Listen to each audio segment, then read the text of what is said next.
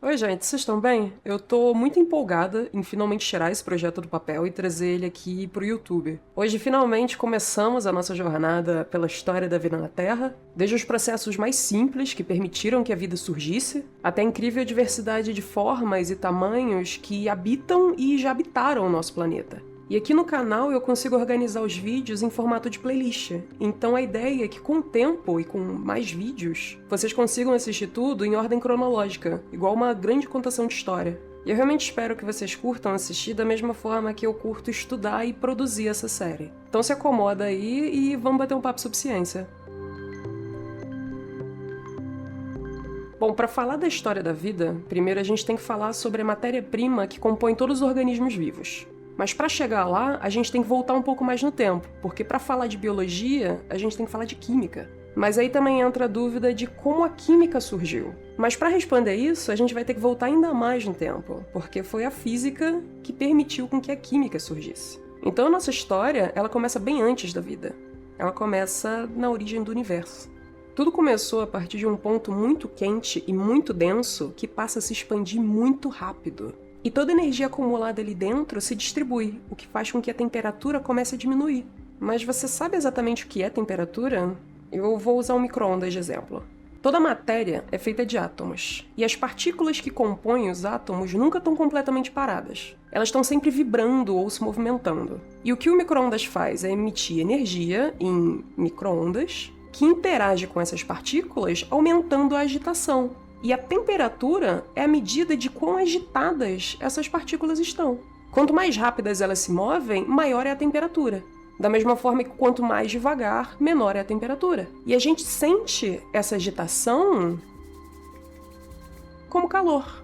Então, conforme o universo primordial começa a se expandir, inclusive continua a se expandir até hoje, a temperatura vai diminuindo, porque o espaço que essa energia tem que preencher é cada vez maior. Então, no início, toda essa energia era concentrada nesse ponto. O universo era muito quente, denso e opaco.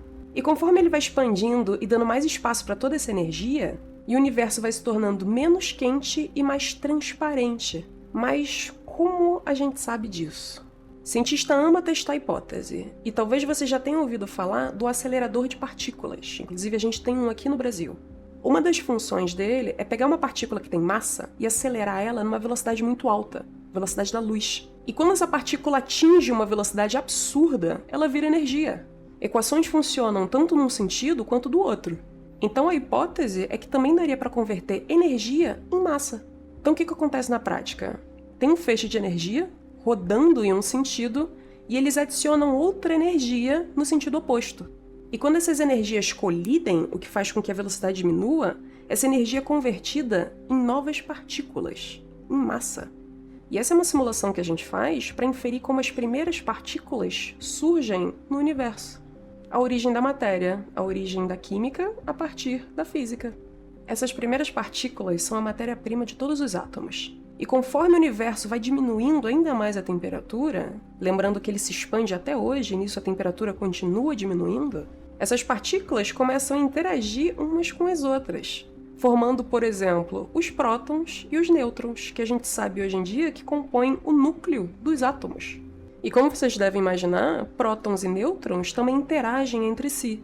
E quando eles interagem entre si, eles formam os primeiros núcleos de hidrogênio, que na tabela periódica é o primeiro elemento químico, justamente porque no núcleo dele tem só um próton.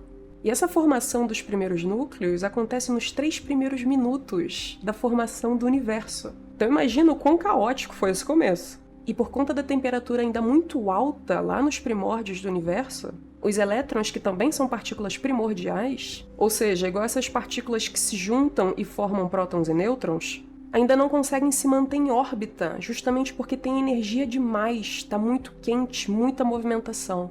Ou seja, os átomos ainda não existiam, eram só os núcleos. E foi assim por aproximadamente 380 mil anos desde a origem do universo, até o universo esfriar o suficiente para que esses elétrons conseguissem orbitar esses núcleos, para que só então os primeiros átomos surgissem. Mas na tabela periódica tem um monte de elemento químico diferente, como surgiu toda essa diversidade e o que isso tem a ver com estrelas? Acho que essa história vai ter que ficar para a próxima. Por fim, muito obrigada aos apoiadores, é graças a vocês que esse e outros projetos são possíveis. E um agradecimento especial para Iana Martins, que é doutora em astronomia e ajudou muito com esse roteiro, que não é da minha área, mas que eu fiz com muito carinho para vocês.